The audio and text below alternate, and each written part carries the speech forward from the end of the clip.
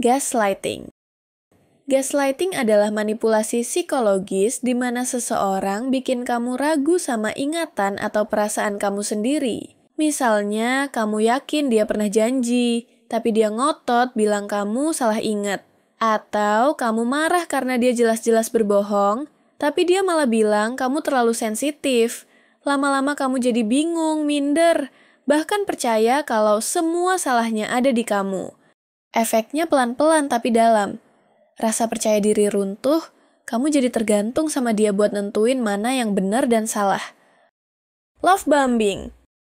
Love bombing adalah manipulasi yang kelihatannya manis banget, padahal ujungnya jebakan. Caranya, di awal hubungan, kamu dibanjiri perhatian, pujian, chat nonstop, sampai hadiah yang bikin kamu ngerasa super spesial. Rasanya kayak ketemu orang paling perfect di dunia. Tapi, begitu kamu udah nyaman dan bergantung sama dia, sikap itu bisa tiba-tiba berubah jadi dingin atau penuh tuntutan. Lama-lama kamu mikir, aku harus berusaha biar dia balik kayak dulu. Padahal, dari awal semua perlakuan manis itu cuma strategi buat bikin kamu lengket dan gampang dikontrol. Guilt tripping. Guilt tripping adalah teknik manipulasi yang bikin kamu merasa bersalah biar nurutin kemauan orang lain. Contohnya dia ngomong, kalau kamu sayang aku, mestinya kamu lakukan ini. Padahal permintaannya nggak masuk akal. Atau dia suka ngungkit semua hal baik yang pernah dia lakuin buat kamu. Seolah kamu berutang budi. Akibatnya, kamu terus dihantui rasa bersalah setiap nolak.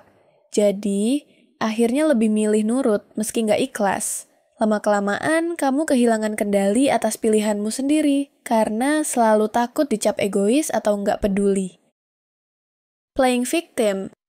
Playing victim itu pura-pura jadi korban biar dapat simpati atau lolos dari kesalahan. Misalnya, dia jelas-jelas salah, tapi malah bikin drama nangis, cerita masa lalu yang bikin iba, atau nyalahin keadaan supaya kamu nggak bisa marah. Akhirnya, yang salah malah kelihatan kasihan.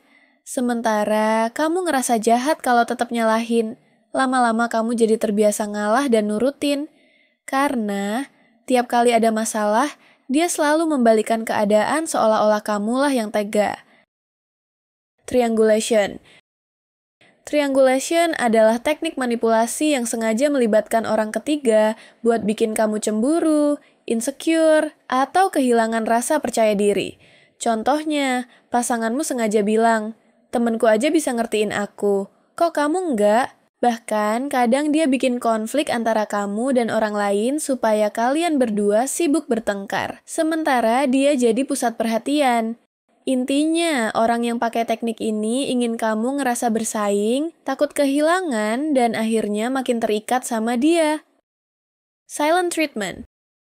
Silent treatment adalah manipulasi lewat diam, bukan kata-kata. Orang yang pakai teknik ini sengaja nggak ngomong, nggak bales chat, bahkan pura-pura nggak denger biar kamu merasa bersalah atau gelisah. Tujuannya bikin kamu yang akhirnya ngejar, minta maaf, atau nyoba baikin suasana meski sebenarnya kamu nggak salah. Semakin lama didiemin, semakin besar rasa nggak nyaman yang kamu rasain. Lama-lama, kamu belajar kalau satu-satunya cara biar hubungan balik normal adalah nurutin keinginannya. Threat and intimidation. Manipulasi jenis ini pakai ancaman, baik tersirat maupun terang-terangan. Bentuknya bisa macam-macam, dari nada suara tinggi, tatapan tajam, sampai kalimat kayak, kalau kamu ninggalin aku, kamu bakal nyesel. Walaupun mungkin nggak sampai kekerasan fisik, tekanan psikologisnya kuat banget. Kamu jadi takut ambil keputusan sendiri, karena bayangin konsekuensi buruk yang bisa terjadi. Dengan begitu, orang yang pakai teknik ini bisa ngatur kamu lewat rasa takut. Conditional affection. Conditional affection adalah kasih sayang bersyarat. Jadi, perhatian atau cinta cuma dikasih kalau kamu nurut sama keinginannya. Misalnya dia bilang, aku bakal sayang kamu kalau kamu berubah. Atau tiba-tiba jadi dingin begitu kamu nolak permintaannya. Akibatnya, Kamu jadi ngerasa harus terus berusaha biar nggak ditinggal, padahal hubungan sehat seharusnya nggak main syarat kayak gini. Shaming atau humiliation. Shaming atau humiliation adalah manipulasi lewat mempermalukan. Caranya bisa dengan komentar kasar, ejekan soal kelemahanmu, atau bikin lelucon yang sebenarnya nyakitin. Kadang dilakukan di depan orang lain biar efeknya lebih kuat. Tujuannya jelas, bikin kamu minder dan ragu sama diri sendiri.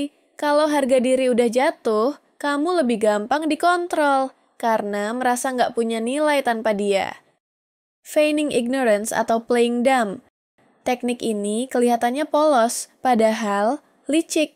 Orangnya pura-pura nggak ngerti, nggak inget, atau nggak tahu, padahal sebenarnya dia sadar. Misalnya, kamu tagih janji, dia jawab, "Hah, emang aku pernah bilang gitu ya?" Atau pura-pura nggak bisa ngerjain sesuatu biar kamu yang repot. Dengan cara ini, tanggung jawab dilempar ke kamu, sementara dia bisa lolos dari kesalahan atau kewajiban. Lama-lama kamu capek sendiri, karena terus-terusan harus nutupin kekurangannya yang sebenarnya cuma pura-pura.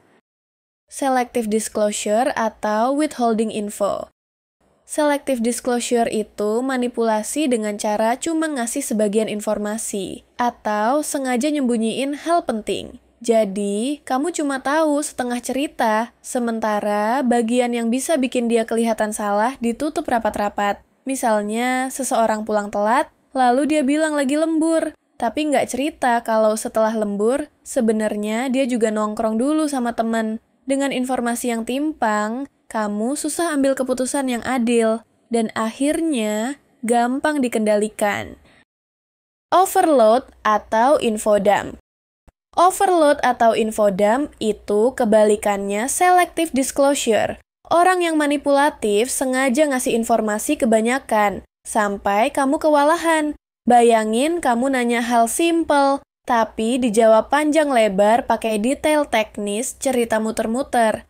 Akhirnya kamu bingung, malas debat, lalu terima aja versi dia. Intinya, info berlebihan dipakai buat nutupin inti masalah dan bikin kamu menyerah. False flattery. False flattery itu pujian palsu. Awalnya bikin senyum, tapi sebenarnya ada maksud di baliknya. Misalnya dia bilang, "Kamu tuh paling pengertian deh, makanya aku yakin kamu mau bantu aku lagi kan?" Jadi, pujian dipakai sebagai pancingan biar kamu nurut. Kalau terus-terusan, kamu jadi tergantung validasi palsu itu dan sulit nolak. Scarcity dan urgency. Teknik ini sering banget dipakai di jualan, tapi juga bisa dalam hubungan. Intinya, bikin kamu merasa waktu atau kesempatan sangat terbatas. Contohnya, diskon khusus hari ini, mulai besok harga kembali normal. Dengan bikin panik, kamu jadi nggak sempat mikir panjang, langsung ambil pilihan yang sebenarnya menguntungkan dia. Normalization of bad behavior. Teknik ini bikin perilaku buruk dianggap wajar. Misalnya, tiap kali dia berbuat kesalahan, selalu dibilang, "Ah, itu hal kecil, semua orang juga gitu."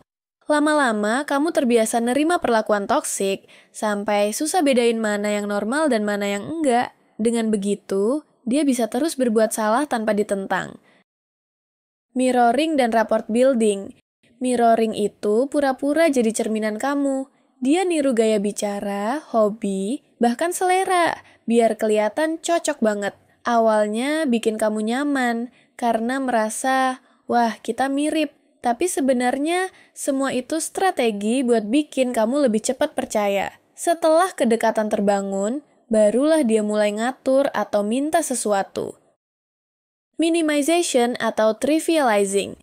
Minimization adalah teknik manipulasi dengan meremehkan masalah kamu. Misalnya, kamu cerita sakit hati, dia jawab, "Ah, kamu lebay banget, gitu doang kok ribut." Lama-lama, kamu jadi mikir perasaanmu nggak valid dan terbiasa mengabaikan diri sendiri. Dengan teknik ini, dia bebas ngelakuin hal yang nyakitin karena setiap protesmu dianggap sepele. Divide and conquer. Divide and conquer adalah Teknik manipulasi yang intinya memecah belah hubungan kamu dengan orang-orang terdekat supaya kamu makin tergantung sama dia. Caranya bisa lewat adu domba, gosip, atau bisikan halus yang bikin kamu curiga sama orang lain. Misalnya, dia bilang, sahabatmu kayaknya. Akibatnya, kamu jadi sering ribut atau menjauh dari support system. Begitu kamu sendirian, dia jadi satu-satunya tempat kamu bergantung, sehingga lebih gampang buat dia ngatur hidup kamu. False promises atau bait and switch. Teknik ini awalnya janji manis, tapi ujungnya beda. Contohnya, dia janjiin sesuatu yang bikin kamu mau nurut, tapi setelah kamu kasih apa yang dia mau, janji itu nggak ditepati. Bisa juga awalnya kasih kesan positif, lalu tiba-tiba berubah jadi tuntutan berat. Akhirnya kamu terjebak, karena udah terlanjur percaya janji kosong itu. Appeal to authority. Teknik ini pakai otoritas atau status buat meyakinkan kamu, padahal salah arah. Misalnya, kata orang pinter, ini cara terbaik, jadi kamu harus ikut. Atau, aku kan lebih pengalaman, jadi jelas aku benar. Padahal, otoritas itu dipakai cuman buat menutup ruang debat. Kamu jadi segan nolak, meski sebenarnya argumennya nggak valid.